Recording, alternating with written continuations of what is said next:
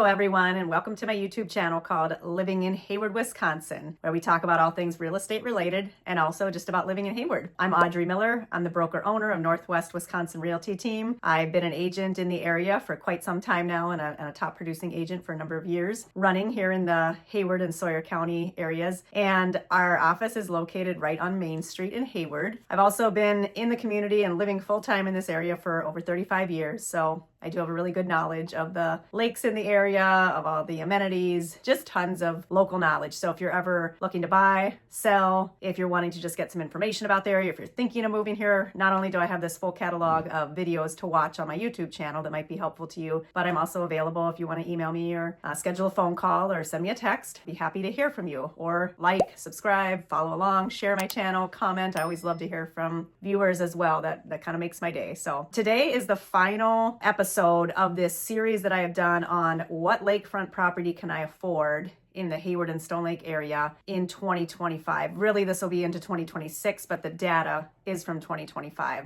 I had done a series like this in the spring of 2024 using more of the 2023 data. So this is really 2 years later now, an update on what property can I afford in the Hayward and Stone Lake areas. And today the video is going to be about the 1.5 million and higher category. So if that's the budget you're looking within to buy, or if you think you may have a home to sell that is within that budget, you might want to watch this to see if what I'm going to show you in terms of details on properties that sold in 2025 aligns with what you have in mind, with what you can get for your budget or what you might be able to get if you're looking to sell. Of course, if you're a seller, I'm happy to do a free comparative market analysis, come and see the place, meet you in person, and give you a better fine-tuned idea on the valuation of your specific property once I can see it in person. So anyway, hope that you have found this series helpful and this video in particular, and join me as we go through a few of these properties that sold in 2025.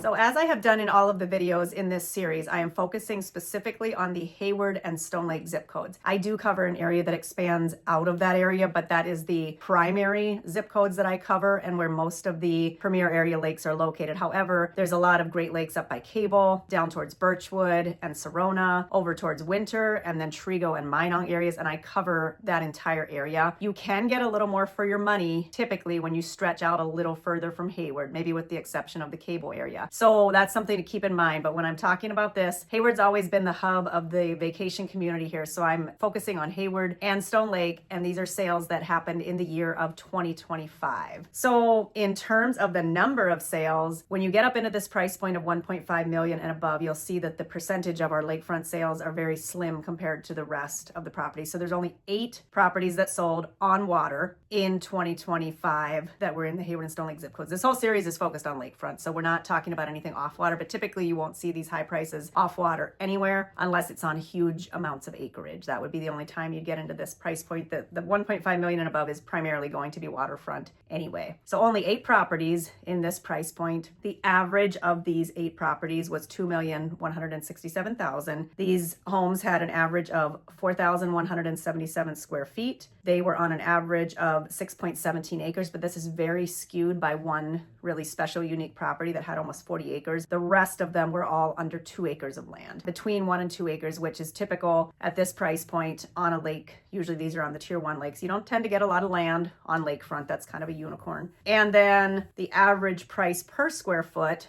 was $519.7. That includes the land and the house and everything. It's not just, it's per square foot with the entire price point. Days on market was only 98 days. These are the ones that sold. So from the time they went on the market till they closed was only 98 days, a little over 3 months. Keep in mind though, the ones that didn't sell, that might be sitting out there for a while, that may be overpriced or not quite as desirable to as many buyers in this category, those may be on the market significantly longer because we're focusing on what actually sold. And then the percentage of sale price, again, when you get into these higher, I would say the 1.2 million and above, in 2025, there's tended to be a little more wiggle room on price. So we see a 92.6% of list price at the time it went under contract. So that means these buyers are negotiating on average 7.5% down, which is a pretty significant number sometimes when you're looking at these price points. So, and then I'm going to give you some photos and show you some specific properties that sold in this category so you can kind of get a better feel for exactly what I'm talking about when I'm describing these properties. I guess the good news is if you're a buyer and your budget is in the $2 million range, the world is your oyster in terms of lakefront property in Hayward and Stone Lake.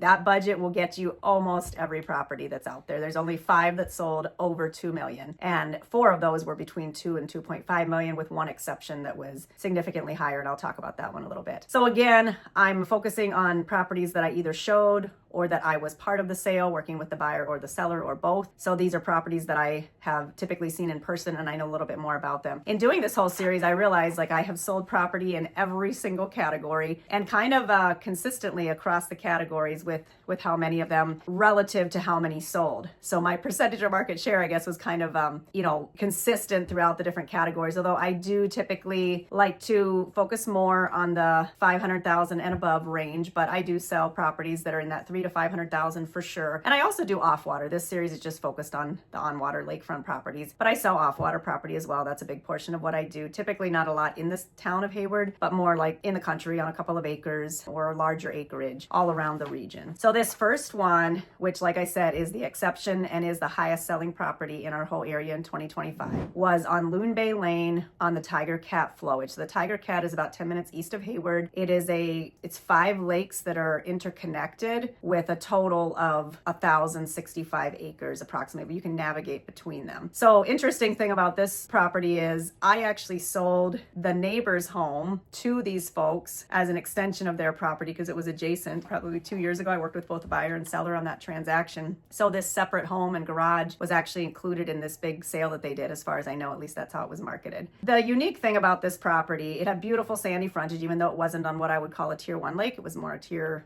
3 lake in my opinion, but it was 5,900 square feet, 9 bedrooms, 8.5 bathrooms, just a magnificent home. And it was on almost 40 acres of land. So it had a huge amount of shoreline, privacy. These are all things that are quite unusual and remarkable in our area. So that's part of what made this price higher. I mean, it had 1,850 feet of frontage. And like I said, there was another cabin included, another garage. This home itself had a 5-car garage capacity. So, and it was only on the market. It says 48 days. Now I remember this coming on and I feel like it was on longer than that. So I don't know if it got relisted a little bit later because it seemed to me it took longer than that to sell. But either way, my data says here 48 days on market. And they listed for $4.25 million. It ended up selling for $3.475. So pretty heavy negotiating on that price. It's tough to have that price point on tier 3 lake and to find a buyer for that. So while this property was absolutely gorgeous and one of a kind, it is kind of tough to find that niche buyer for this property. This could have been a good lodge, or maybe people could have went in together on it and purchased it as a shared property. It could be a corporate retreat potentially, that kind of thing. I don't know who the purchaser was on this, but so there is that one on 𝐾𝐨 on Loon Bay Lane. The next one, I worked with the buyer on this one. This is on Highland Road on Lac Courte Oreilles. Gorgeous home, built completely redone and really from the ground up in 2019. Very high quality construction, high quality materials. It was a total of 4,293 square feet, so it was quite a spacious home with a full walkout lower level, huge living spaces, big ceilings, wonderful lake views. Had an old boathouse that was grandfathered in with sitting space on top of it, and that was all redone in the underside as well. And there was not only a garage with living quarters above it and a bathroom and everything, but there was also a pole barn in addition to that. It did just have the normal feet of frontage, 109 feet of frontage, but like I said, between the garage and the house and the apartment and the pole barn, there was just a lot that this property had to offer, and you can see from the photos it was just absolutely beautiful. My wonderful buyers who I've since seen this summer invited me to come back and have a drink with them, which was really enjoyable. Very nice people who bought their first cabin in the Hayward area and had a great time on the lake life this first summer. The list price was $2.495. We ended up being able to negotiate for a price of $2.175. And I sold this place to them in January. They made the brave trip up here and we went and looked at houses in January, and they loved this one. So I think we ended up closing in March or April. So that one was on the market for 209 days. It took a little bit longer to sell, but my buyers are very happy with what they ended up with there. And then the next one was on Connors Lane. This is on Big 𝐶𝐨𝐵𝐿𝐵𝐿 Lake down by Stone Lake. And here's where you'll find as we go through these, you'll see this dynamic that I consistently talk about. Like the main factors impacting price are the lake, whether it's a tier 1, 2, 3, 4, the frontage itself, low elevation or not, if it's good frontage or not, and then the size of the home and the location. Those things are going to largely be what impacts the price. So this again is an example of a smaller lake, kind of like the Tiger Cat Flowage, but a higher price because of other factors like frontage and size of home. So the main thing that caused this one to be a higher price was the fact that it had 412 feet of frontage and it was on a peninsula. So really cool setting, privacy. It was 3 bedrooms, 3 full baths on almost 2 acres, 3,244 square feet, a 4-car detached garage, and it had been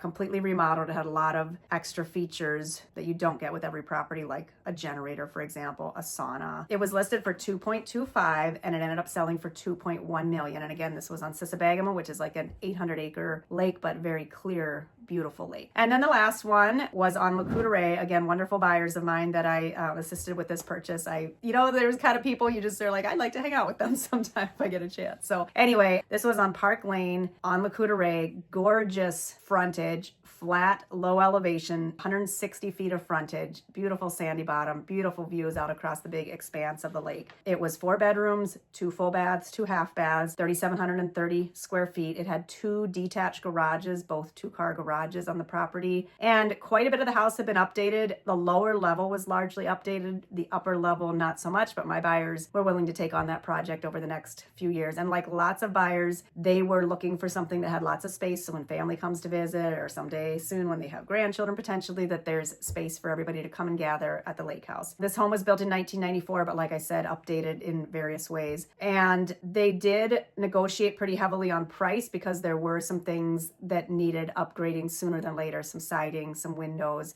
Not all of it, but in certain places. So the list price was $1.839 and we were able to go under contract at $1.650. And this closed 65 days after it came on the market. So I think we put in the offer within like a week or 2 of this property coming on the market. Great group of people to work with on this one. My buyers, the listing agent, the sellers, everybody was super cooperative. We had a pretty funny thing happen and thankfully it didn't cause our deal to go sideways, but an HVAC guy was there working on the AC unit during the summer right before closing and he ended up falling through the ceiling of the attic and making a big hole in the drywall. So that was an interesting call to receive. My buyers were super cool about it. The sellers took care of getting it repaired, and I think it was actually all fixed like within a few days after closing. So it didn't derail anything, but you never know what you're going to run into in real estate. It's always, every day is interesting. So anyway, and just for kind of interesting fact, because people often ask about property taxes, on these 4 properties, the property taxes range from $15,000 on the high end for that property with the 40 acres to $6,900 on the low end for the one on Highland Road, and then the others were $8,800 and $10,097. So that gives you an idea on property taxes when you get into this upper tier and kind of highest tier of homes that sell in our area around Hayward. Again, thank you for joining me today. I hope you found this to be helpful. Contact me anytime and we'll look forward to working together.